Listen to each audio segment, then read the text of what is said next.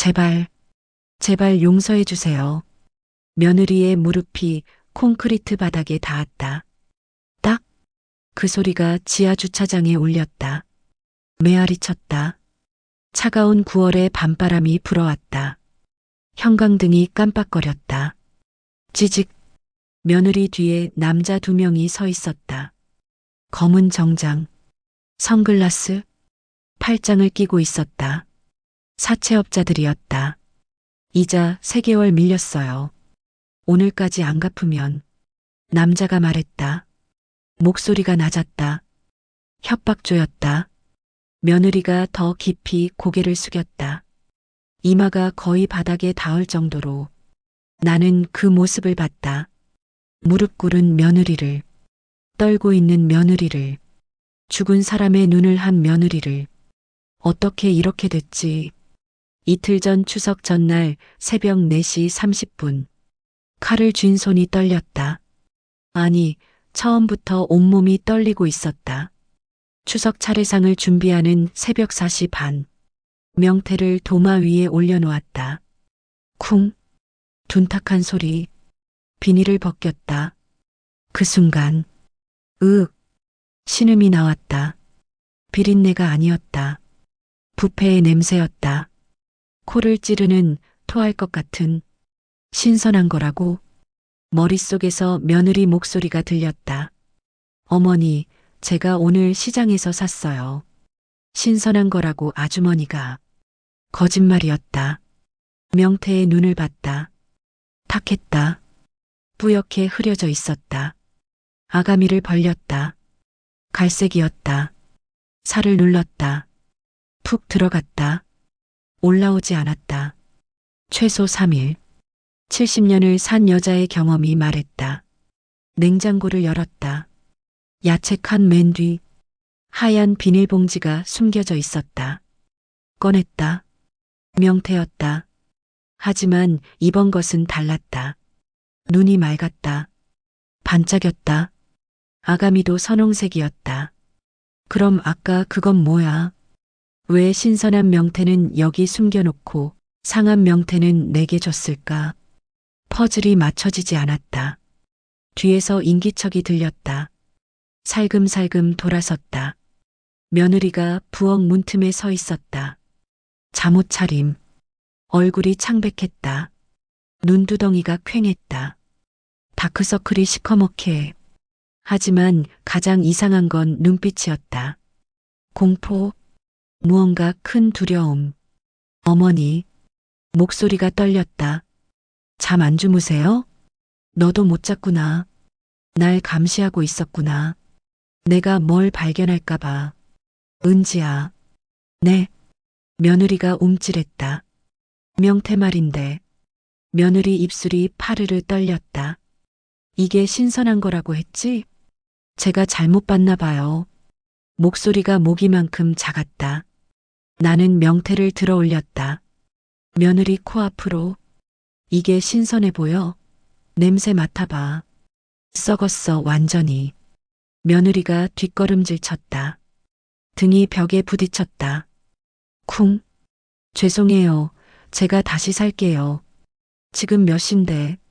새벽 5시야. 대답이 없었다. 며느리는 벽에 기댄 채 고개를 숙였다. 나는 다가갔다. 팔 하나 거리까지. 은지야. 며느리가 고개를 들었다. 눈이 붉었다. 눈물이 그렁그렁. 너 요즘 왜 그래? 뭐가요? 너 이상해. 1~2달 전부터 계속. 전화도 안 받고 집에도 안 오고. 바빠서요. 바쁜 게 아니야. 나는 며느리 눈을 똑바로 봤다. 너 뭔가 숨기고 있어. 며느리 눈동자가 흔들렸다. 좌우로 크게. 아니에요. 거짓말하지 마. 진짜 아니에요. 목소리가 커졌다 갑자기. 며느리 자신도 놀란 것 같았다. 나는 한 발 더 다가갔다. 은지야, 나한테 말해봐. 무슨 일이야? 며느리 눈에서 눈물이 흘렀다. 한 방울, 2방울. 말할 수 없어요. 속삭임이었다. 왜? 그냥 말하면 모든 게 끝날 것 같아서 며느리가 나를 밀쳤다. 세게 나는 비틀거렸다. 며느리는 안방으로 뛰어갔다. 문을 쾅 닫았다. 자물쇠 잠그는 소리. 딸각. 나는 부엌에 홀로 남았다. 창밖을 봤다. 동이 트고 있었다. 까치가 울었다. 까악. 요란하게. 마치 경고하는 것처럼. 오늘 무슨 일이 일어날까? 예감이 좋지 않았다. 오전 9시. 차례상 앞. 차례상은 어떻게든 차렸다. 신선한 명태로. 절을 올렸다. 준호가 먼저. 우리 아들. 35살. 하지만 오늘은 어딘가 이상했다. 어깨가 축 처져 있었다. 얼굴도 어두웠다. 쟤도 알고 있구나. 며느리가 절을 했다. 비틀거렸다. 준호가 얼른 붙잡았다. 괜찮아? 준호가 물었다. 목소리가 떨렸다. 걱정이 가득했다. 며느리가 고개를 끄덕였다. 하지만 괜찮아 보이지 않았다. 차례가 끝났다. 그때 초인종이 울렸다. 띠리리링. 준호가 문을 열었다. 중년 여자가 서 있었다. 손에 큰 봉지를 가득 들고. 며느리 엄마. 사돈이었다. 장수희. 58. 하지만 오늘따라 초췌해 보였다. 얼굴이 푸석푸석했다. 눈밑이 검었다. 사돈댁, 안녕하세요. 네, 어서 오세요. 거실로 들어왔다. 소파에 앉았다. 대화를 나누는 동안 나는 관찰했다. 사돈과 며느리가 자꾸 눈으로 대화했다. 며느리가 사돈을 봤다. 눈빛으로 뭔가 물었다. 사돈이 고개를 저었다. 작게. 며느리가 또 눈빛으로 애원했다. 사돈이 입술을 깨물었다. 저 둘이 뭔가 숨기고 있어. 점심을 먹었다. 하지만 며느리는 거의 먹지 않았다. 숟가락만 입에 갖다 댔다가 내렸다. 식사 후 사돈이 며느리에게 말했다. 은지야, 우리 잠깐 나갈까? 두 사람이 밖으로 나갔다. 나는 창가로 갔다.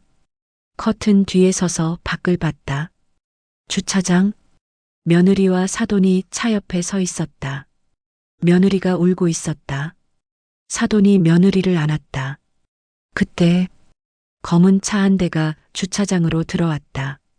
천천히. 차에서 남자 2명이 내렸다. 검은 정장. 선글라스. 며느리가 그들을 봤다. 얼굴이 새하얗게 변했다. 사돈이 며느리를 차 뒤로 숨겼다. 남자들이 주위를 둘러봤다. 누군가를 찾는 것 같았다. 5분쯤 지나서 차에 다시 탔다. 떠났다. 며느리가 주저앉았다. 바닥에. 사돈이 부축했다. 저 사람들이 누구지? 며느리가 왜 저렇게 무서워하지? 가슴이 철렁했다. 오후 4시. 사돈이 돌아간 후 며느리가 입을 열었다. 어머니, 아버지. 우리가 며느리를 봤다. 저 말씀드릴 게 있어요. 가슴이 쿵 떨어졌다. 드디어. 뭔데? 남편이 물었다. 목소리가 낮았다. 평소보다 한 옥타브는. 저 회사에서 문제가 생겼어요. 그 한마디가 공기를 갈랐다. 거실이 얼어붙었다. 무슨 문제? 남편의 목소리가 거칠어졌다. 며느리는 대답하지 못했다. 입술만 떨렸다. 은지야, 물어보잖아. 감사에 걸렸어요. 감사. 무슨 일로? 예산 집행 과정에서 규정을 안 지켰대요. 그래서 다음 주 월요일에 징계위원회가 열려요. 징계위원회. 나는 소파에 주저앉았다. 어떤 징계를 받는데? 침묵. 은지야. 남편이 소리쳤다. 최악의 경우엔 해고요. 세상이 멈췄다. 남편이 벌떡 일어났다. 너 대체 뭘 한 거야? 죄송해요. 죄송하다고만 하지 말고 정확히 말해. 며느리가 떨었다. 프로젝트 예산을 규정대로 쓰지 않았어요. 왜? 침묵. 왜냐고. 급하게 돈이 필요해서요. 무슨 돈이? 며느리가 대답하지 않았다. 나는 며느리를 뚫어지게 봤다. 저 아이가 또 뭔가 숨기고 있어. 은지야. 내가 말했다. 너 혹시 다른 문제도 있니? 며느리 얼굴이 새하얗게 변했다. 없어요. 거짓말이었다. 목소리가 떨렸다. 시선이 왼쪽으로 갔다. 정말? 네. 나는 더 묻지 않았다. 하지만 확신했다. 며느리는 더 큰 비밀을 가지고 있었다. 그날 밤 11시. 잠이 오지 않았다. 며느리 얼굴이 떠올랐다. 울고 있는 얼굴. 절망으로 가득한. 징계위원회가 월요일이라고 했지. 이틀 남았구나. 가슴이 답답했다. 남편이 옆에서 뒤척였다. 여보. 응. 우리 뭘 할 수 있을까요? 모르겠어. 우리는 말없이 누워 있었다. 어둠 속에서 다음 날 일요일 오전 10시 사돈에게서 전화가 왔다. 사돈댁. 목소리가 떨렸다. 울고 있는 것 같았다. 무슨 일이세요? 은지 얘기 들으셨죠? 네. 어떡하죠, 사돈댁. 우리 은지가. 사돈이 울기 시작했다. 사돈댁, 제발. 제발 은지 좀 도와주세요. 어떻게요? 저희는 도와줄 수가 없어요. 사돈 목소리가 떨렸다. 사돈댁. 그래서 사돈댁밖에 없어요. 사돈댁, 일단 진정하세요. 어떻게 진정해요? 사돈이 한참 울다가 말했다. 사돈댁, 은지한테 다른 문제도 있어요. 가슴이 철렁했다. 뭔데요? 빚이요. 심장이 멎었다. 얼마나? 1억이요. 세상이 빙글 돌았다. 어떻게 그렇게 됐어요? 작년에 주식 투자를 했대요. 친구가 좋다고 해서. 근데 다 잃었대요. 주식으로 1억을? 네. 처음엔 좀 벌었대요. 그래서 대출까지 받아서 더 넣었는데 폭락했대요. 그리고 그걸 만회하려고 사채에서 돈을 빌렸대요. 사채? 이자가 한 달에 얼마예요? 100만 원 넘어요. 한 달에 100만 원. 그래서 회사 돈을 썼구나. 네. 나는 눈을 감았다. 머리가 터질 것 같았다. 사돈댁, 그리고, 네. 사돈 목소리가 더 떨렸다. 사채업자들이 어제 며느리를 찾아왔대요. 주차장에서, 네. 제가 은지랑 얘기하고 있을 때 그 사람들이 왔어요. 검은 차 타고. 그때 본 사람들. 뭐라고 했대요? 이자 3개월 밀렸다고. 오늘까지 안 갚으면 큰일 난다고. 사돈이 울었다. 사돈댁, 그 사람들 무서운 사람들이에요. 은지가. 진정하세요, 사돈댁. 저희 딸이 죽을 것 같아요. 전화를 끊었다. 손이 떨렸다. 1억. 사채업자. 머릿속이 하얗게 변했다. 남편에게 말했다. 여보. 응. 며느리가 빚이 1억 있대요. 남편 얼굴이 하얗게 변했다. 1억? 네. 주식으로 다 잃었대요. 그리고 사채에서 돈까지 빌렸대요. 세상에. 남편이 소파에 털썩 앉았다. 그래서 회사 돈을 쓴 거구나. 네. 그리고 여보. 응? 사채업자들이 어제 며느리를 찾아왔대요. 남편이 나를 봤다. 눈이 커졌다. 그럼 며느리가 위험한 거야? 그런 것 같아요. 우리는 말없이 앉아 있었다, 오랫동안. 여보. 남편이 말했다. 우리 예금 얼마 있죠? 1억 2천. 그럼 남편이 나를 봤다. 우리가 도와줘야 하는 거 아닌가? 나는 대답하지 못했다. 1억. 우리 50년. 하지만 며느리가 위험하다면 사채업자들에게 여보, 생각 좀 해봐요. 알았어요. 하지만 나는 이미 결정하고 있었다. 마음속으로 월요일 오전 9시 징계위원회 당일 준호에게서 전화가 왔다. 엄마, 어떻게 됐어? 해고요. 즉시 해고. 심장이 멎었다. 그럼, 네. 은지가 회사 잘렸어요. 전화를 끊었다. 며느리가 회사를 잃었다. 평생 직장을. 그리고 사채 이자는 계속 불어난다. 한 달에 100만 원씩 어떡하지? 오후 1시 며느리가 집에 왔다. 눈이 퉁퉁 부어 있었다. 얼굴이 창백했다. 그리고 무릎을 꿇었다. 바닥에 쿵. 어머니, 죄송해요. 정말 죄송해요. 은지야, 일어나. 아니에요. 저 잘못했어요. 며느리가 절을 했다. 이마가 바닥에 닿았다. 한 번, 두 번, 세 번. 나는 며느리를 일으켰다. 은지야. 네. 너 사채에서 돈 빌렸다며. 며느리 얼굴이 새하얗게 변했다. 어떻게 사돈한테 들었어? 며느리가 고개를 떨어뜨렸다. 얼마야 정확히? 1억이요. 이자는 한 달에 130만 원이요. 130만 원. 사돈이 말한 것보다 많았다. 은지야, 솔직히 말해봐. 이자 몇 달 밀렸어? 침묵. 물어보잖아. 3개월이요. 3개월이면 390만 원. 그리고 그 사람들이 어제 왔다며 주차장에. 며느리가 울기 시작했다. 네. 와서 협박했어요. 오늘까지 안 갚으면 큰일 난다고. 큰일이 뭔데? 모르겠어요. 근데 무서웠어요. 며느리가 떨었다. 어머니, 저 어떡해요? 저 이제. 나는 며느리를 안았다. 괜찮아. 다 잘 될 거야. 어떻게 잘 돼요? 저 이제 회사도 없고, 돈도 없고, 사채업자들은 쫓아오고, 며느리가 내 품에서 울었다.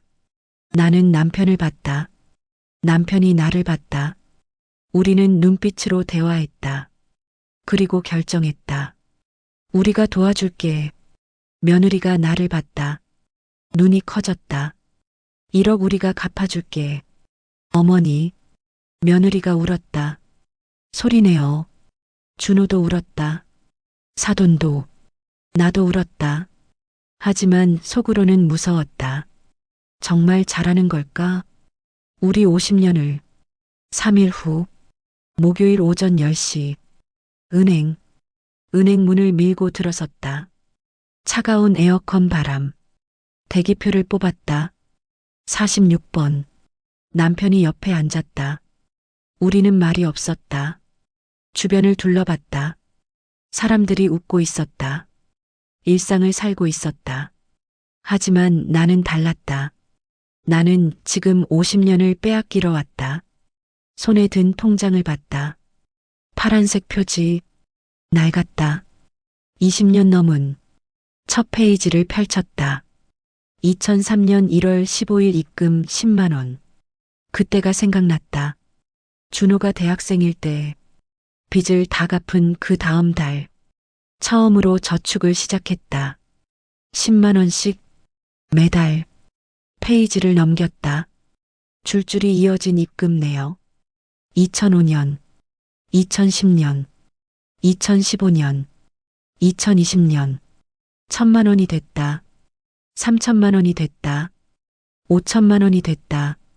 그리고 작년 드디어 1억이 됐다.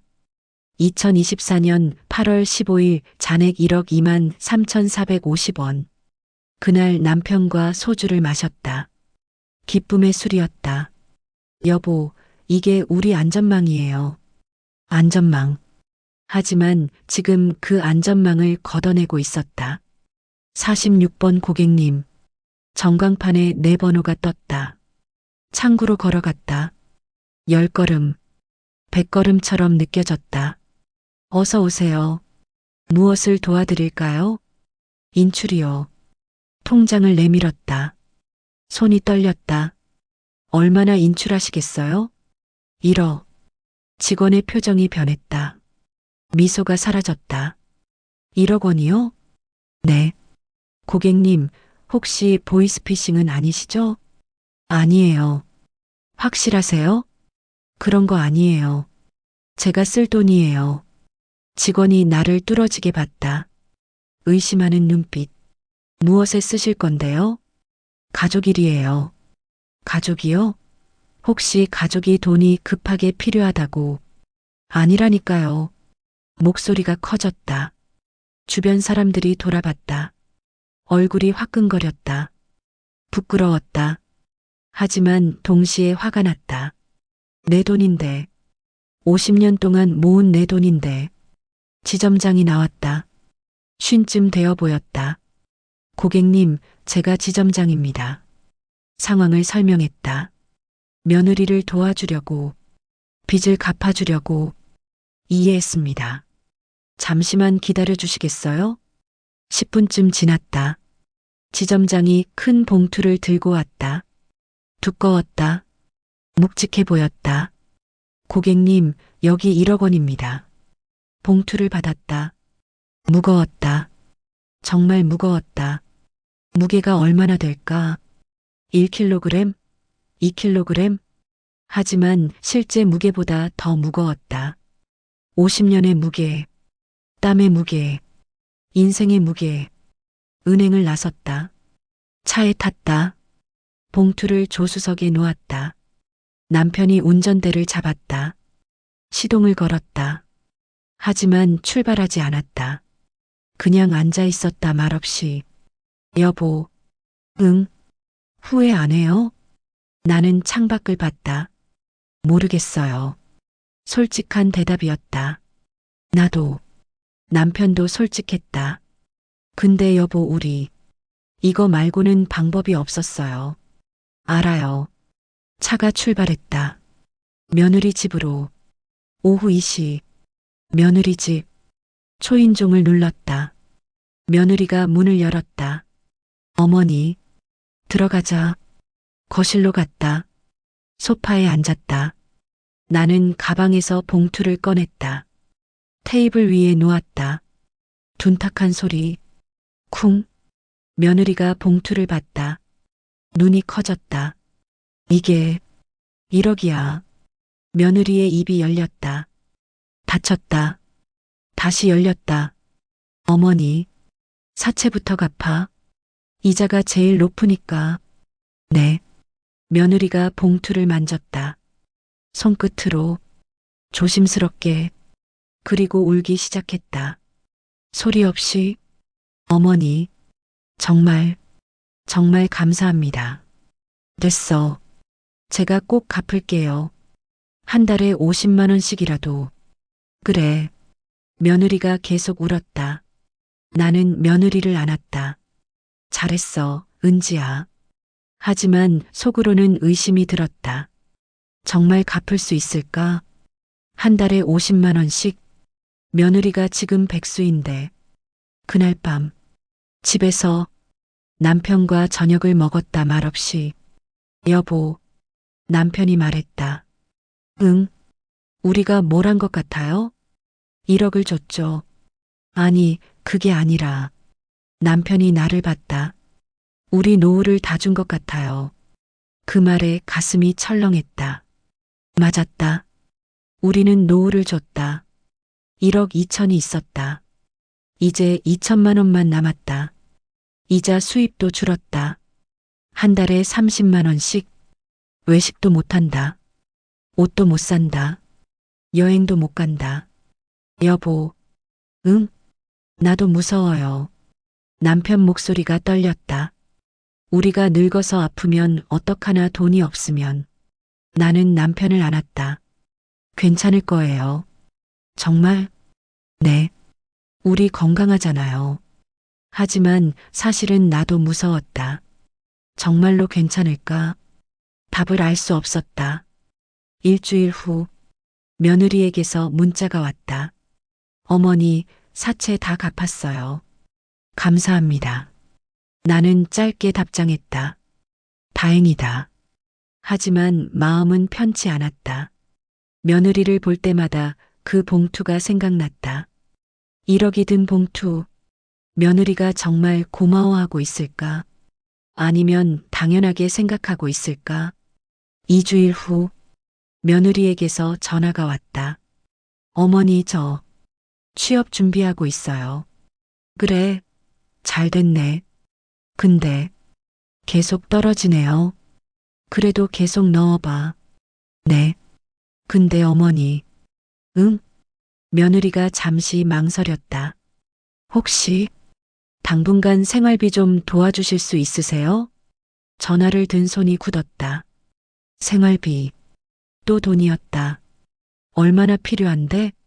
한 달에 50만 원만요. 제가 취직할 때까지만요. 50만 원. 작은 돈이 아니었다. 우리 생활비도 빠듯한데. 어머니, 안 되실까요? 며느리 목소리에 불안이 섞였다. 나는 한숨을 쉬었다. 알았어. 보내줄게. 정말요? 감사합니다, 어머니. 전화를 끊고 남편에게 말했다. 며느리가 생활비 달래요. 얼마? 50? 50? 남편 얼굴이 굳었다. 우리도 빠듯한데. 알아요. 근데 어떡해요? 에휴. 다음 날 50만 원을 송금했다. 며느리에게서 문자가 왔다. 감사합니다, 어머니. 꼭 갚을게요. 꼭 갚는다는 말. 벌써 몇 번째인가? 여보, 언제까지 이래야 해? 남편이 물었다. 며느리한테 돈 주는 거 끝이 없잖아. 알아요. 근데 1억 줬어. 그것도 모자라서 매달 50만 원씩 더 줘야 해? 며느리가 돈을 못 버니까. 그러니까 처음부터 돈을 주지 말았어야지. 남편이 소리쳤다. 내가 처음부터 반대했잖아. 1억은 너무 크다고. 가슴이 철렁했다. 남편이 후회하고 있었다. 여보, 됐어. 나 방에 갈게. 남편이 방으로 들어갔다. 문을 쾅 닫았다. 나는 거실에 혼자 남았다. 눈물이 났다. 우리가 뭘 하고 있는 걸까? 3개월이 지났다. 며느리는 여전히 취직을 못했다. 생활비는 계속 보냈다. 50만 원씩 3개월이면 150만 원. 어느 날 참지 못하고 전화했다. 은지야, 네 어머니. 너 요즘 뭐 하면서 지내? 취업 준비하고 있어요. 그것만? 네. 아르바이트라도 해봐. 아르바이트요? 응, 취업이 안 되면. 근데 어머니, 제가 아르바이트를 하면 이미지가 안 좋아서. 이미지? 지금 그럴 때야? 목소리가 커졌다. 우리가 3개월 동안 생활비 보내준 거 알아? 150만 원이야. 죄송해요. 죄송하다고만 하지 말고 뭐라도 해봐. 알겠어요, 어머니. 전화를 끊었다. 가슴이 답답했다. 여보, 남편이 말했다. 응, 미안해. 뭐가요? 내가 너무 돈 얘기만 했어. 며느리도 힘든 거 알아. 남편이 나를 안았다. 근데 나도 힘들어. 우리 노후가 무서워. 나도요. 우리는 서로 안고 있었다. 올해, 그로부터 3개월 후, 겨울 12월, 생활비를 계속 보냈다. 50만 원씩, 매달 총 300만 원이 더 나갔다. 1억에 300만 원. 합치면 1억 300만 원. 어마어마한 돈이었다. 며느리는 여전히 취직을 못했다. 면접을 20군데 넘게 봤지만 전부 떨어졌다고 했다. 어느 날 반찬을 만들어 며느리 집에 갔다. 오랜만이었다. 초인종을 눌렀다. 한참 뒤에 문이 열렸다. 며느리였다. 잠옷 차림. 오후 2시인데도 머리는 헝클어져 있었다. 화장기 하나 없는 맨 얼굴. 어머니, 오신다고 말씀 안 하셨잖아요. 목소리에 당황이 섞여 있었다. 깜짝 방문이야. 안으로 들어갔다. 그리고 놀랐다. 거실이 어질러져 있었다. 소파에는 옷이 널려 있었다. 테이블 위에는 컵라면 용기가 쌓여 있었다. 어머, 이게 무슨... 아, 죄송해요. 제가 정리를 못했네요. 며느리가 황급히 쓰레기를 치웠다. 나는 부엌에 갔다 냉장고를 열었다. 거의 비어 있었다. 김치통 하나, 계란 몇 개, 그게 전부. 은지야, 반찬이 왜 이렇게 없어? 아직 장을 안 봐서요. 생활비 보내줬잖아. 며느리가 대답하지 않았다. 고개를 숙였다. 나는 거실을 다시 둘러봤다. 그제야 보였다. 택배 상자들. 구석에 쌓여 있는 택배 상자들. 10개는 넘어 보였다. 상자에 적힌 상호를 봤다. 인터넷 쇼핑몰, 의류, 화장품, 가방. 심장이 빠르게 뛰기 시작했다. 쿵쾅쿵쾅. 은지야. 목소리가 떨렸다. 네. 이거 다 뭐야? 며느리가 당황한 표정을 지었다. 눈이 커졌다. 그게 생활비로 쇼핑한 거야? 침묵. 나는 상자 하나를 집어들었다. 뜯었다. 옷이 들어 있었다. 가격표가 붙어 있었다. 15만 원. 손이 떨렸다. 다른 상자도 열어봤다. 화장품, 가방, 신발. 모두 비쌌다. 10만 원, 20만 원, 30만 원. 가슴에 불이 붙었다. 분노가 치밀어 올랐다. 은지야, 어머니, 이게 뭐 하는 짓이야? 소리쳤다. 우리가 생활비 보내준 게 이렇게 쓰라고 준 거야? 죄송해요. 죄송하다고만 하지 말고. 나는 상자들을 가리켰다. 너 지금 정신이 있는 거야, 없는 거야? 며느리가 울기 시작했다. 어머니, 저도 모르겠어요. 그냥 너무 힘들어서. 힘들면 쇼핑을 해? 돈을 펑펑 써? 스트레스가 너무 심해서요. 그래서 그냥 충동적으로. 충동? 이게 한두 번이야? 나는 상자들을 가리켰다. 이거 다 합치면 얼마야? 50만 원? 100만 원? 며느리가 대답하지 못했다. 그저 울기만 했다. 나는 숨이 막혔다. 가슴이 터질 것 같았다.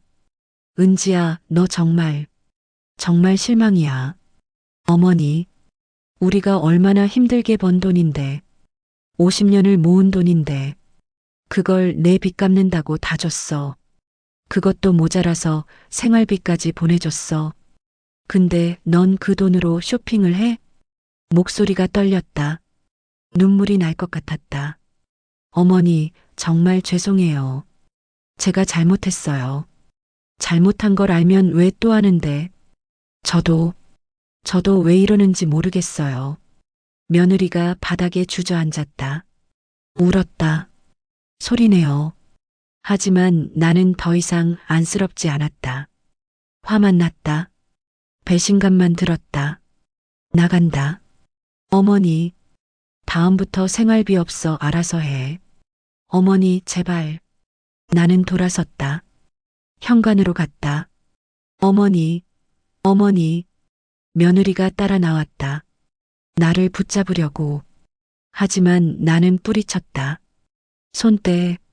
어머니, 한 번만 용서해 주세요. 용서는 무슨... 나는 며느리를 밀쳤다. 세게. 며느리가 비틀거렸다. 벽에 부딪혔다. 쿵. 어머니. 며느리가 바닥에 주저앉았다. 나는 며느리를 보지 않았다. 볼 수 없었다. 문을 열고 나갔다. 쾅. 복도를 걸었다. 빠르게 도망치듯이 엘리베이터를 탔다. 내려가는 동안 눈물이 쏟아졌다. 이럴 거면 왜 도와줬지. 중얼거렸다. 후회가 밀려왔다. 그날 밤 잠을 이룰 수 없었다. 며느리 얼굴이 자꾸 떠올랐다. 바닥에 주저앉아 있던 모습. 내가 밀었어. 내가 며느리를 밀었어. 가슴이 답답했다. 핸드폰을 집어들었다. 혹시 며느리에게서 연락이 왔나 싶어서. 없었다. 혹시 며느리가 뭔 짓을 하진 않을까? 갑자기 불안이 밀려왔다. 며느리에게 전화를 걸었다. 신호음이 울렸다. 뚜마이너스 뚜마이너스 뚜마이너스. 아무도 받지 않았다.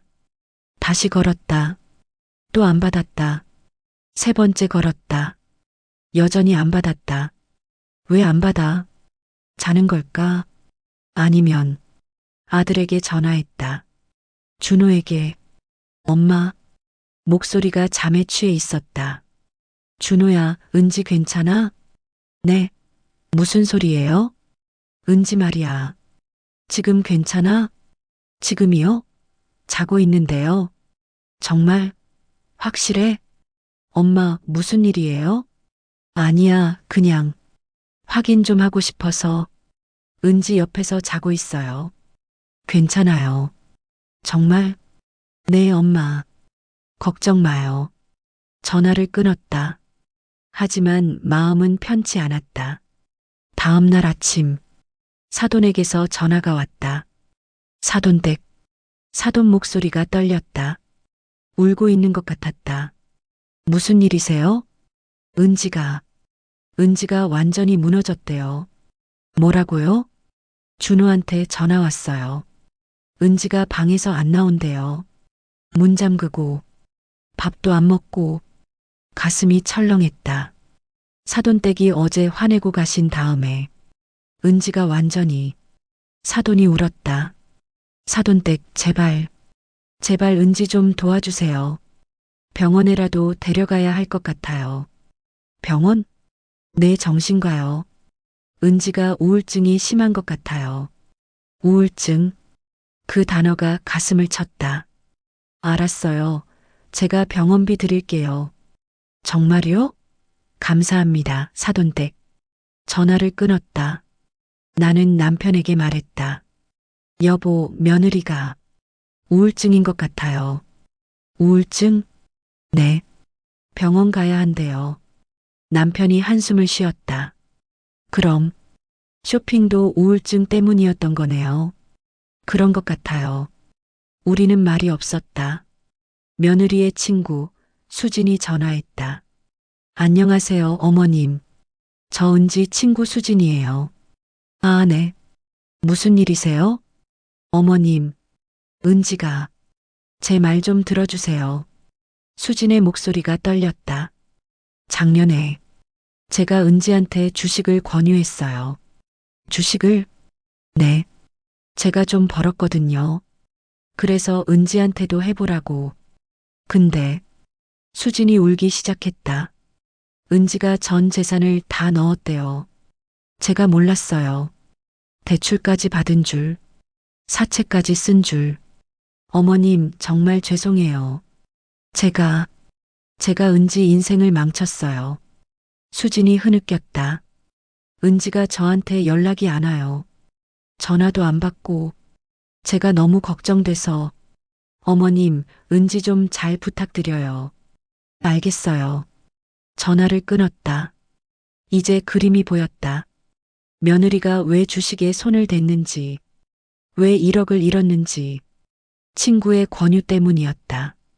그래도 며느리가 선택한 거야. 친구 탓만 할 순 없어. 일주일 후, 정신과 병원. 며느리와 사돈, 준호와 함께 병원에 갔다.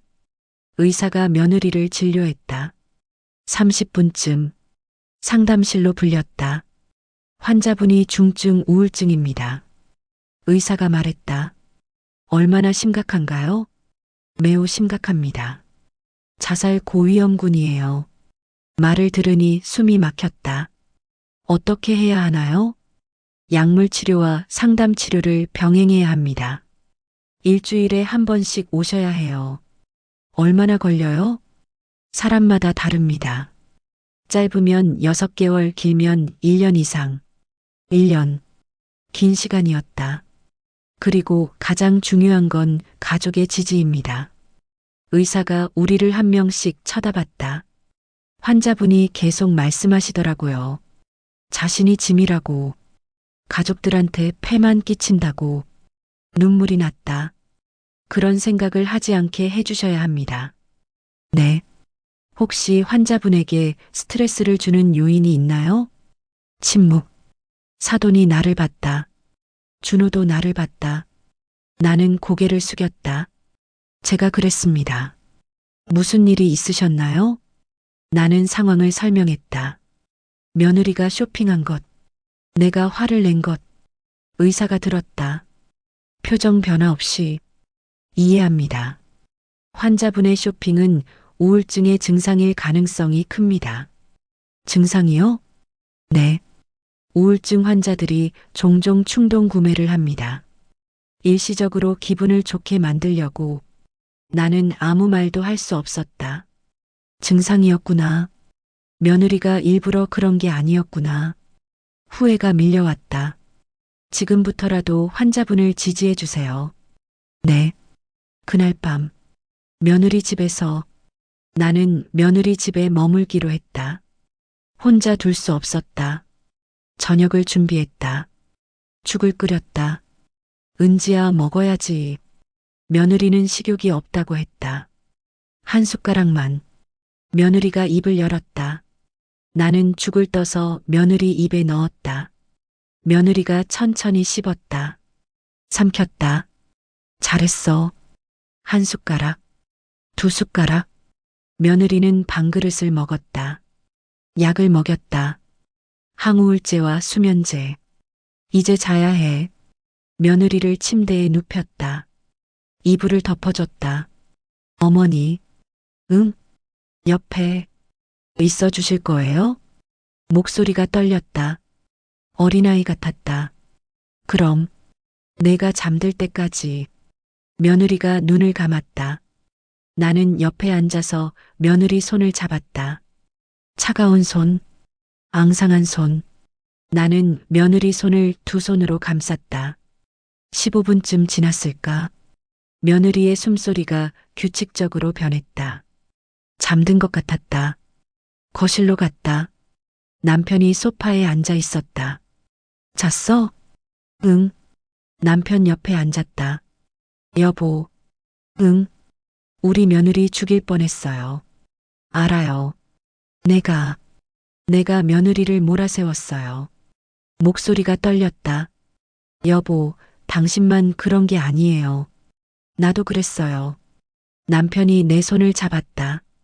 우리 둘 다 며느리를 이해하지 못했어요. 맞아요. 근데 지금부터라도 이해하면 돼요. 나는 고개를 끄덕였다. 우리 며느리 제대로 돌보자. 네, 여보. 밖에서 눈이 내리기 시작했다. 첫눈이었다. 2주일 후, 어느 날 저녁 남편이 말했다. 여보, 응? 나 사실 며느리 마음 잘 알아요. 무슨 말이에요? 남편이 창밖을 봤다. 한참을. 30년 전에 내 사업이 망했을 때 나도 죽고 싶었어요. 남편 목소리가 떨렸다. 빚쟁이들이 매일 찾아왔잖아요. 집에 회사에. 친구들도 다 떠났고. 남편이 나를 봤다. 눈이 붉어져 있었다. 그때 당신이 아니었으면 나 진짜 죽었을 거예요. 여보, 당신이 포기 안 했잖아요. 나를 10년 동안 빚 갚으면서도. 남편이 내 손을 꽉 쥐었다. 그래서 알아요. 며느리 마음. 돈 때문에 무너지는 게 얼마나 힘든지. 눈물이 났다. 여보, 고마워요. 그때 나 안 버려줘서. 나도 고마워요. 우리는 서로 안았다. 오래. 여보, 그래서 며느리도 끝까지 안 버리자. 우리처럼. 네, 여보. 3주일 후, 며느리가 카페 아르바이트를 시작했다. 어머니, 저 일 구했어요. 전화로 며느리 목소리가 밝았다. 정말? 어디? 동네 카페요. 하루 4시간만 일해요. 몸은 괜찮겠어? 네. 의사 선생님이 괜찮다고 하셨어요. 잘 됐다. 무리하지 마. 네. 며느리가 일을 시작했다. 희망이 보였다. 하지만 한개월 후 며느리에게서 전화가 왔다. 우는 목소리였다. 어머니, 왜? 무슨 일이야? 저 카페에서 잘렸어요. 뭐? 사장님이 실수가 너무 많다고. 가슴이 철렁했다. 어머니, 저 이제 뭐해요? 아무것도 못하는데. 아니야. 괜찮아. 안 괜찮아요. 저는 쓸모없는 사람이에요. 은지야, 그런 소리 하지 마. 어머니, 저 차라리. 은지야. 전화가 끊겼다. 나는 서둘러 외투를 입었다. 여보, 나 며느리 집 갔다 올게요. 남편도 따라 나섰다. 며느리 집. 급박한 상황. 초인종을 눌렀다. 아무도 안 나왔다. 다시 눌렀다. 여전히 없었다. 준호한테 전화해봐. 남편이 준호에게 전화했다. 준호야, 너 지금 어디야? 회사요. 왜요? 은지 혼자 집에 있어? 네. 왜요? 비밀번호 뭐야? 빨리. 준호가 비밀번호를 알려줬다. 문을 열고 들어갔다. 은지야. 대답이 없었다. 안방으로 뛰어갔다. 문이 잠겨 있었다. 은지야. 문 열어. 쿵쾅쿵쾅 두드렸다. 안에서 소리가 들렸다. 뭔가 떨어지는 소리. 남편이 문을 밀었다. 세게. 쿵. 문이 열렸다. 며느리가 바닥에 쓰러져 있었다. 옆에 약병이 널려 있었다. 수면제였다. 은지야. 나는 며느리를 흔들었다. 며느리가 눈을 떴다. 초점이 없었다. 어머니. 은지야, 약 몇 알 먹었어? 모르겠어요, 많이. 119 불러. 남편이 전화했다. 나는 며느리를 안았다. 은지야, 눈 떠자면 안 돼. 어머니, 저 너무 힘들어요. 알아, 근데 자면 안 돼, 눈 떠. 며느리가 토하기 시작했다. 나는 며느리를 옆으로 눕혔다. 5분 후 구급차가 왔다. 응급실로 갔다. 위세척을 했다. 다행히 많이 먹지 않았다. 살 수 있었다. 하지만 그날 밤 나는 평생 잊을 수 없을 것이다. 며느리가 바닥에 쓰러져 있던 모습을, 약병이 널려 있던 모습을. 내가 며느리를 죽일 뻔했다. 응급실에서 하룻밤을 보내고 정신과 의사와 긴급 상담을 했다. 의사가 말했다. 환자분을 입원시키는 게 좋겠습니다. 입원이요? 네. 자살 위험이 너무 높습니다. 집에 혼자 두면 안 됩니다. 준호가 물었다. 얼마나 입원해야 해요? 최소 3개월입니다. 입원비는요? 한 달에 200만 원입니다. 200만 원. 3개월이면 600만 원. 나는 입을 열었다. 제가 낼게요. 엄마. 준호가 나를 봤다. 됐어. 며느리 살리는 게 먼저야. 사돈이 울었다. 사돈댁. 정말 감사합니다. 됐어요. 은지 살리는 게 중요하죠. 하얀 건물이었다. 차가웠다. 소독약 냄새가 났다. 3층 폐쇄병동. 철문이 있었다. 잠겨 있었다. 간호사가 안내했다. 307호예요. 좁은 방이었다.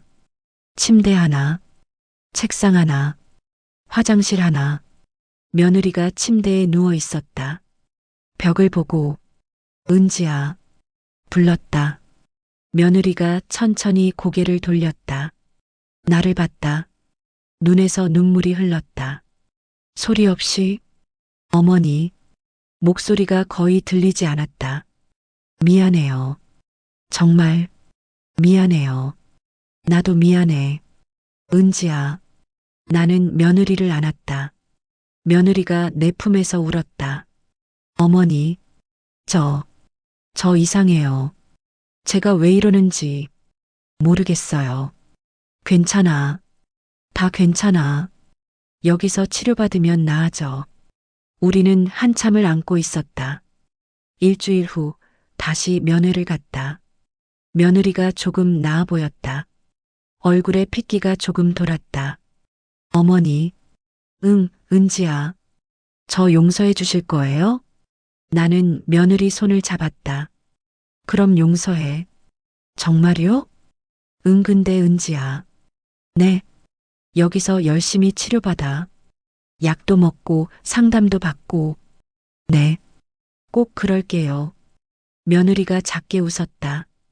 오랜만에 보는 웃음이었다. 준호가 우리 집에 왔다. 혼자 소파에 앉았다. 고개를 숙이고 있었다. 엄마, 아빠. 응? 저 사실 회사에서 힘들어요. 무슨 일인데? 준호가 고개를 들었다. 눈이 충혈돼 있었다. 구조조정이요. 저희 팀이 통폐합될 것 같아요. 그럼 너도 잘릴 수 있다는 거야? 네. 가슴이 철렁했다. 그래서 은지가 더 걱정이에요. 제가 잘리면 우리 둘 다 백수잖아요. 준호가 울기 시작했다. 엄마, 아빠, 저 너무 무서워요. 은지 병원비도 내야 하고, 집 대출도 갚아야 하고, 나는 아들을 안았다. 괜찮아, 다 잘 될 거야. 어떻게 잘 돼요? 준호야. 남편이 말했다. 아빠도 30년 전에 사업 망했을 때 너처럼 무서웠어. 준호가 아빠를 봤다. 근데 말이야. 그때 할머니가 그러셨어. 사람이 살아있으면 다시 일어설 수 있다고. 남편이 준호 어깨에 손을 올렸다. 너도 그래. 설령 회사에서 잘려도 다시 일어서면 돼. 네, 아빠. 준호가 눈물을 닦았다. 그날 나는 깨달았다. 며느리만 힘든 게 아니었다. 준호도 힘들었다. 남편도 힘들었다. 나도 힘들었다. 우리 모두가 힘들었다. 하지만 함께 버티고 있었다. 한 개월 후, 며느리는 병원에서 열심히 치료를 받았다. 약물 치료, 상담 치료, 집단 치료, 미술 치료, 매일 일주일에 한 번씩 면회를 갔다. 며느리는 조금씩 나아졌다. 말을 하기 시작했다. 밥을 먹기 시작했다. 웃기 시작했다. 어느 날 며느리가 말했다. 어머니, 응? 병원에서 많이 생각했어요. 뭘? 제가 왜 이렇게 됐는지. 며느리가 창밖을 봤다. 제가 제 자신을 너무 미워했던 것 같아요. 회사에서 잘린 것도 빚을 진 것도 전부 제 잘못이라고 생각했어요. 쇼핑도 사실은 저를 위한 게 아니었어요. 순간적으로 기분이 좋아지지만 그 다음엔 더 큰 죄책감이 와요. 며느리가 나를 봤다. 의사 선생님이 그러시더라고요. 제가 저를 용서해야 한대요. 그렇구나. 어머니, 저 이제 천천히 가려고요. 조급하게 생각하지 않으려고요. 나는 며느리 손을 잡았다. 잘 생각했어, 은지야. 2개월 후, 사돈이 병원에 왔다. 나도 그날 면회를 갔다. 복도에서 사돈을 만났다. 사돈댁, 네, 사돈댁. 사돈이 내 손을 잡았다. 정말, 정말 감사합니다. 우리 은지 살려주셔서. 아니에요, 당연한 거죠. 저희가 형편이 안 돼서 입원비도 못 내고. 사돈이 울었다. 사돈댁, 사실은 저희도 작년에 남편이 또 사업을 시도했다가 실패했어요. 그래서 저희도 빚이 있어요. 5천만 원. 나는 놀랐다. 그런 일이. 네. 그래서 은지를 도와주고 싶어도 못 도와줬어요. 너무 미안해요. 사돈이 고개를 숙였다. 사돈댁, 괜찮아요. 우리가 가족이잖아요. 사돈댁, 우리는 서로 안았다. 복도 한가운데서 두 시어머니가 각자의 짐을 지고 3개월 후 퇴원 전날 담당 의사가 말했다. 많이 좋아지셨어요. 내일 퇴원하셔도 될 것 같습니다. 정말요? 네. 하지만 꾸준히 약을 드시고 외래 진료도 계속 받으셔야 합니다. 알겠습니다. 며느리에게 전화했다. 은지야, 내일 퇴원이래. 정말요? 어머니. 며느리 목소리가 밝았다. 어머니, 퇴원하고 나서 제가 정말 열심히 살게요. 그래, 천천히 해. 네, 어머니, 믿어주세요. 나는 믿고 싶었다. 이번엔 정말로. 퇴원 당일 병원 앞에 차를 세웠다. 남편이 운전대를 잡고 있었다. 나는 조수석에, 뒷좌석에는 준호가. 우리는 말이 없었다. 각자 생각에 잠겨 있었다. 병원 문이 열렸다. 며느리가 나왔다. 많이 달라져 있었다. 살이 조금 올랐다. 볼에 살이 붙었다. 얼굴에 핏기가 돌았다. 머리카락도 정돈돼 있었다. 옷도 깔끔했다. 청바지에 니트. 하지만 가장 큰 변화는 눈빛이었다. 살아있었다, 생기가 있었다. 며느리가 차에 탔다, 뒷좌석에. 어머니, 안녕하세요. 응몸은 괜찮아? 네, 많이 좋아졌어요. 목소리가 맑았다. 떨리지 않았다. 차가 출발했다. 가는 동안 며느리가 말했다. 어머니, 응? 병원에서 정말 많이 생각했어요. 제가 어떻게 살아야 하는지. 며느리가 창밖을 봤다. 제가 저를 너무 미워했던 것 같아요. 그래서 저를 벌주려고 했어요. 쇼핑도 일종의 자해였던 것 같아요. 나는 백미러로 며느리를 봤다. 의사 선생님이 그러셨어요. 제가 저를 용서해야 한대요. 실수할 수 있다고. 완벽하지 않아도 된다고. 며느리가 나를 봤다. 어머니, 저 이제 천천히 가려고요. 빚도 오래 걸려도 괜찮아요. 10년이 걸려도. 나는 고개를 끄덕였다. 잘 생각했어. 조금 믿음이 갔다.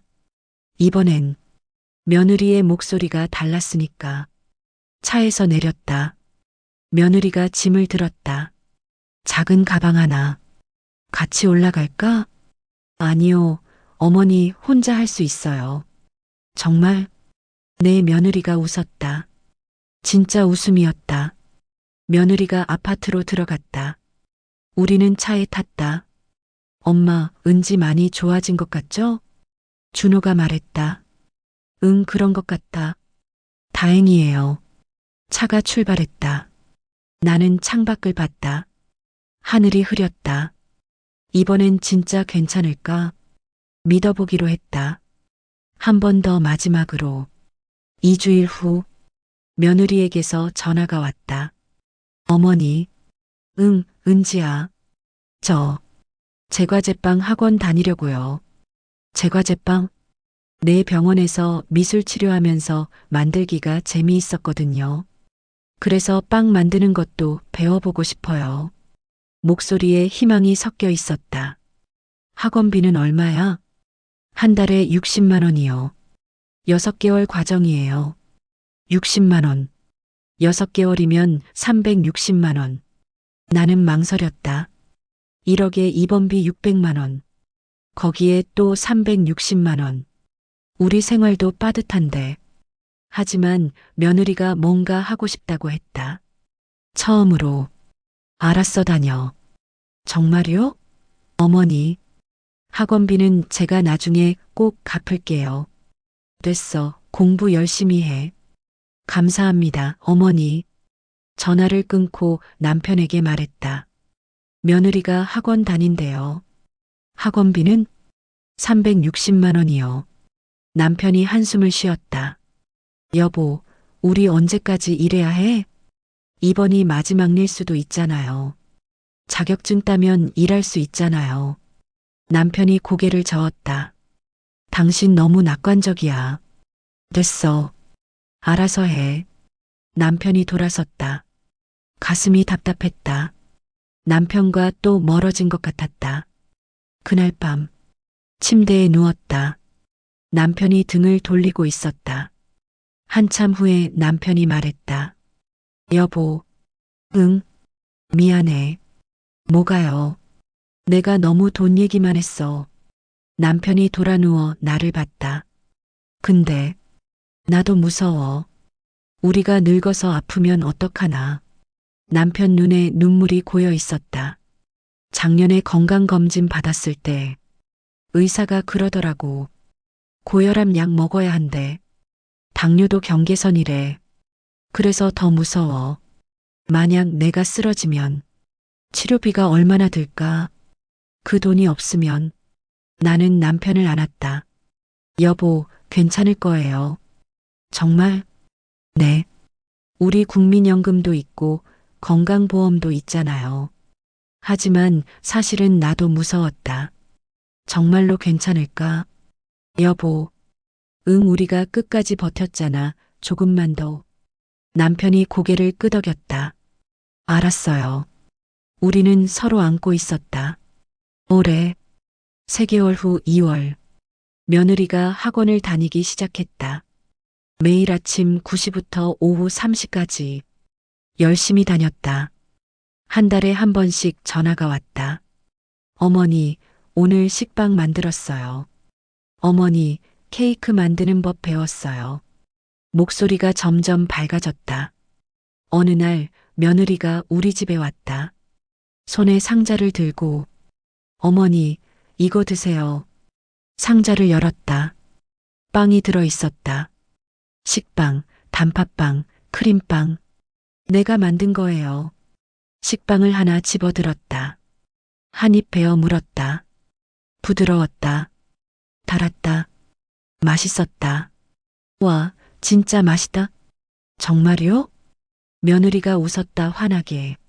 나는 며느리를 안았다. 잘했어, 은지야. 어머니, 저 이제 괜찮아질 것 같아요. 그럼 너는 할 수 있어. 며느리가 내 품에서 울었다. 하지만 이번엔 기쁨의 눈물이었다. 어느 날 오후 며느리 집에 깜짝 방문했다. 학원에서 만든 빵을 가져다 준다고 했는데 연락이 안 됐다. 비밀번호를 눌러 들어갔다. 거실은 깨끗했다. 정돈돼 있었다. 다행이다. 예전처럼 어지럽지 않네. 부엌으로 갔다. 냉장고를 열었다. 반찬들이 가득했다. 이것도 좋아졌네. 안방으로 갔다. 문을 열었다. 침대 위에 뭔가 있었다. 쇼핑백들이었다. 가슴이 철렁했다. 다가갔다. 쇼핑백을 열었다. 화장품이었다. 새것, 포장도 뜯지 않은. 손이 떨렸다. 다른 쇼핑백도 열었다. 옷, 신발, 가방, 모두 새 것이었다.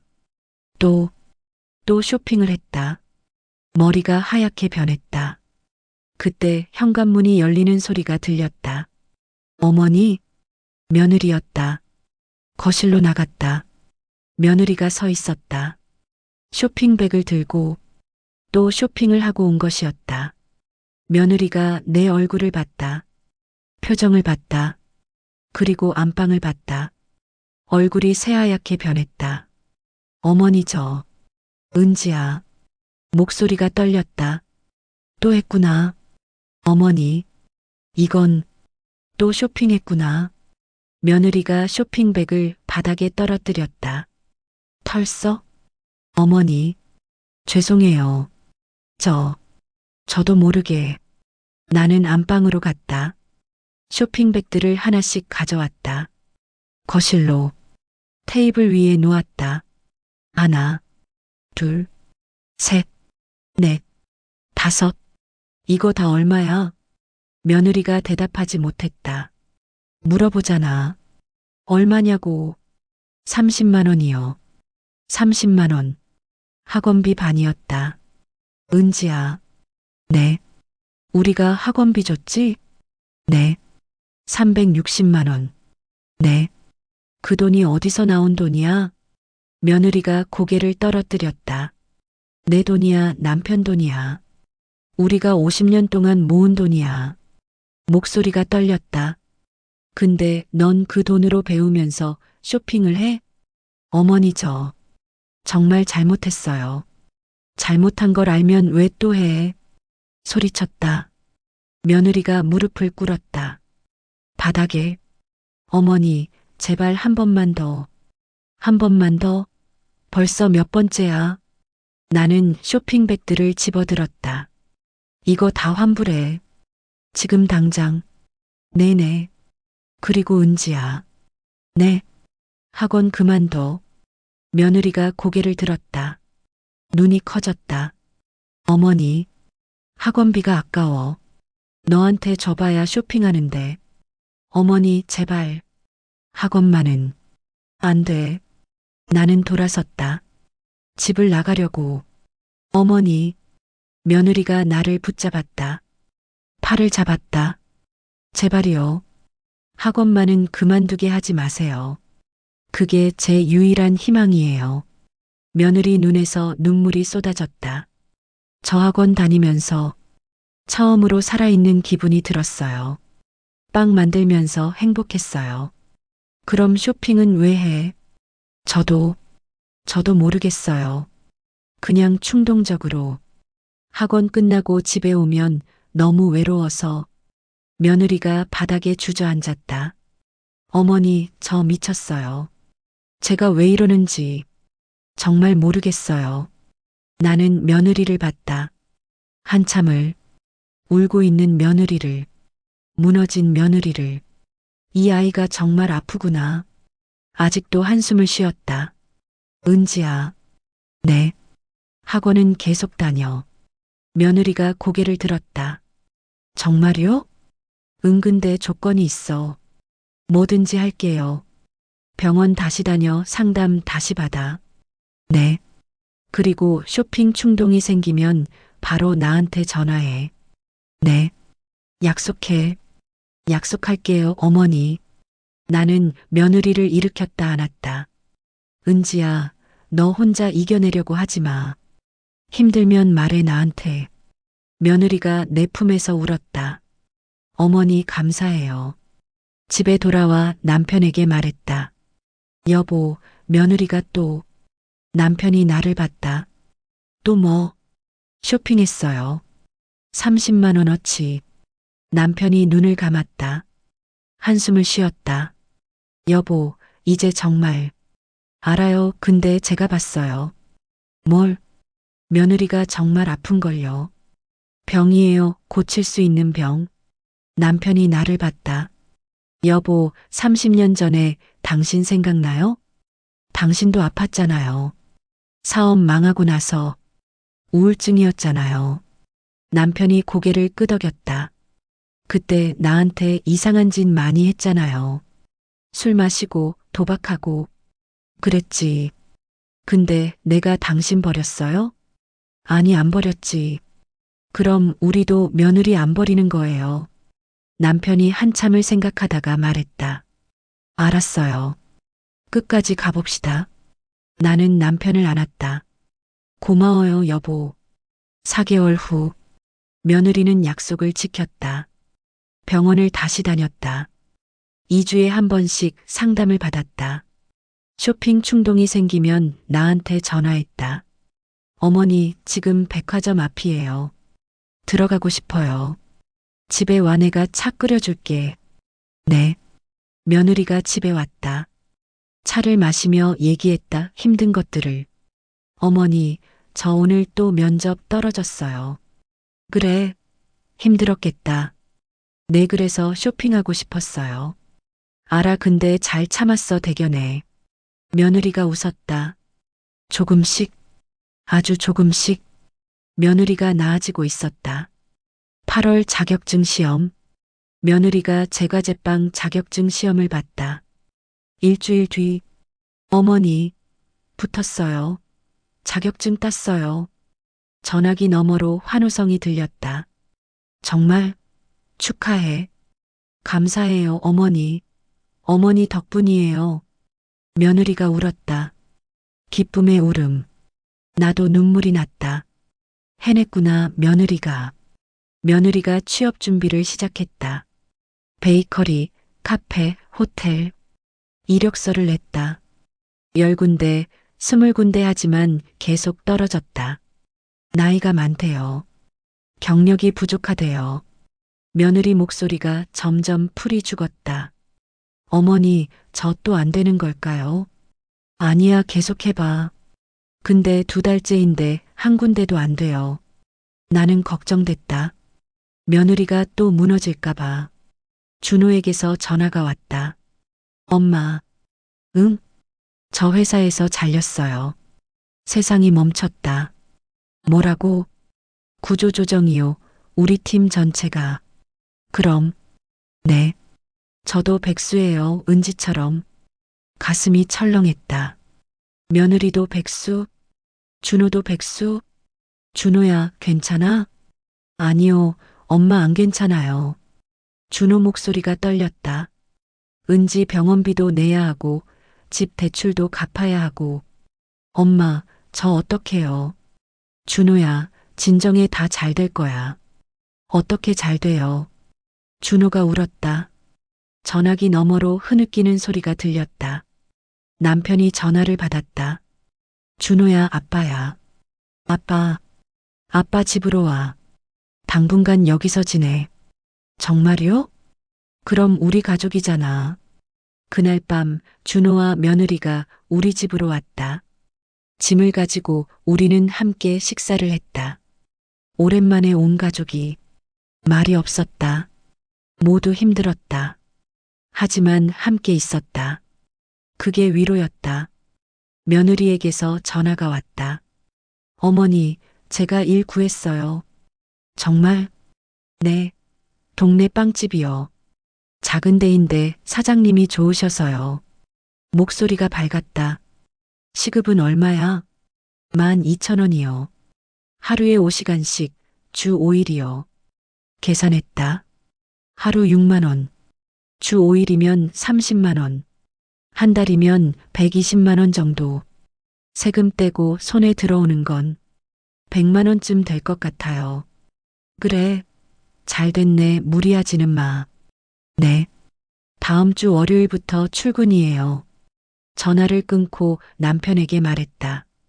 며느리가 일 구했대요. 정말? 어디? 빵집이요. 한 달에 100만 원 받는데요. 남편이 고개를 끄덕였다. 그나마 다행이네. 그러게요. 조금 희망이 보였다. 준호도 취업했다. 중소기업이었다. 연봉은 전보다 낮았지만, 엄마, 제가 일 구했어요. 정말? 축하한다. 고마워요, 엄마. 덕분에 버틸 수 있었어요. 그날 저녁 온 가족이 외식을 했다. 오랜만이었다. 고깃집에서 삼겹살을 구워 먹었다. 며느리가 고기를 구웠다, 능숙하게. 은지야, 고기 굽는 것도 늘었네. 빵집에서 오븐 다루다 보니까요. 우리는 웃었다, 모두 함께. 힘들었지만 우리는 함께였다. 며느리가 우리 집에 왔다. 봉투를 들고, 어머니, 이거요. 봉투를 내밀었다. 열어봤다. 돈이 들어 있었다. 얼마야, 이게? 600만 원이요. 1년치예요. 뭐?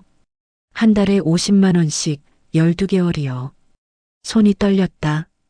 돈다발을 세어봤다. 정말 600만 원이었다. 은지야. 어머니, 받으세요. 제가 번 돈이에요. 며느리가 웃었다. 자랑스러운 표정으로. 1년 동안 주말도 안 쉬고 일했어요. 빵집 일 끝나고 저녁에 편의점에서도 알바했어요. 그래서 이렇게. 네, 힘들었지만 뿌듯해요. 나는 며느리를 안았다. 잘했어, 정말 잘했어. 어머니, 앞으로 2년만 더 하면 2천만 원 갚을 수 있어요. 며느리가 내 품에서 울었다. 기쁨의 눈물. 나도 울었다. 남편도 눈물을 닦았다. 1년 반 후, 며느리가 또 돈을 가져왔다. 어머니, 이거요. 900만 원이요. 900? 네, 1년 반 동안 모았어요. 그리고 며느리가 배를 만졌다. 저 임신했어요. 세상이 멈췄다. 뭐라고? 4개월 됐어요. 어머니 곧 할머니 되세요. 눈물이 쏟아졌다. 은지야. 어머니, 제가 꼭 잘 키울게요. 이 아이한테는 절대 제 같은 엄마 안 될게요. 나는 며느리를 안았다. 며느리 배를 만졌다. 작은 생명이 있었다. 우리 손주가, 희망이. 어머니, 응? 저 이제 쇼핑 안 해요. 1년 넘게. 정말? 네. 상담도 계속 받고 약도 먹고 있어요. 많이 좋아졌어요. 며느리가 웃었다. 어머니, 저 살아있어서 감사해요. 어머니가 저 살려주셔서. 우리는 웃었다. 울면서 웃었다. 6개월 후 겨울 11월 출산. 며느리가 딸을 낳았다. 3.2kg. 건강한 아기. 할머니, 손주를 안았다. 따뜻했다. 폭신했다. 살아있었다. 우리 손주. 며느리가 옆에서 웃었다. 어머니, 이름 지어주세요. 희망이. 이 아이 이름은 희망이야. 희망이. 며느리가 고개를 끄덕였다. 좋아요. 또다시 6개월 후 봄 5월. 며느리가 마지막 돈을 가져왔다. 어머니, 이거요. 500만 원이요. 500? 네. 이제까지 1,500만 원 갚았으니까. 이번에 500만 원 더 드리면 총 2천만 원이에요. 봉투를 받았다. 무거웠다. 며느리의 3년이 담긴 무게. 은지야. 네. 고생했어, 정말. 며느리가 울었다. 어머니, 저 해냈어요. 2천만 원. 응, 잘했어. 1억은 못 갚아서 죄송해요. 괜찮아, 이것만으로도 충분해. 며느리를 안았다, 꽉. 은지야, 너 정말 대단해. 우울증 이겨내고, 아기도 낳고, 돈도 모으고. 어머니 덕분이에요. 아니야, 내가 한 거야. 내 힘으로. 3년 후, 며느리가 아기를 안고 왔다. 돌이 지난 희망이. 할머니, 희망이가 말했다. 우리 손주, 이리 와봐. 희망이를 안았다. 무거워졌다. 건강하게 자랐다. 며느리가 옆에 앉았다. 어머니, 요즘 어떠세요? 좋지, 너희 잘 사니까. 저도 좋아요. 요즘 되게 행복해요. 며느리가 웃었다. 빵집도 잘 다니고, 희망이도 건강하고, 준호도 승진했어요. 그래, 준호가? 네, 과장 됐어요. 그리고 저희, 이번에 월세에서 전세로 옮겼어요. 정말? 네. 준호랑 제가 3년 동안 모았어요. 며느리 얼굴에 자부심이 가득했다. 어머니, 응? 어머니 저 포기 안 해주셔서 제가 지금 여기 있어요. 며느리 목소리가 떨렸다. 3년 전에 저 죽으려고 했잖아요. 진짜로 근데 어머니가 살려주셨어요. 그때 어머니가 져버렸으면 저 진짜 죽었을 거예요. 그럼 희망이도 없었겠죠. 며느리가 희망이를 봤다. 사랑스러운 눈빛으로. 어머니, 제 인생 구해주셔서 감사해요. 나는 며느리 손을 잡았다. 나도 고마워. 포기 안 해줘서. 네, 너도 포기 안 했잖아. 우울증이랑 싸우고, 일하고, 돈 갚고. 며느리가 울었다. 나도 울었다. 희망이가 우리를 봤다. 그리고 웃었다. 까르르. 우리도 웃었다.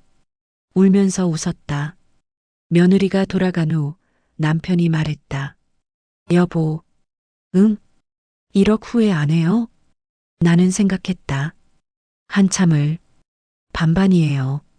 반반? 네. 돈은 아까워요.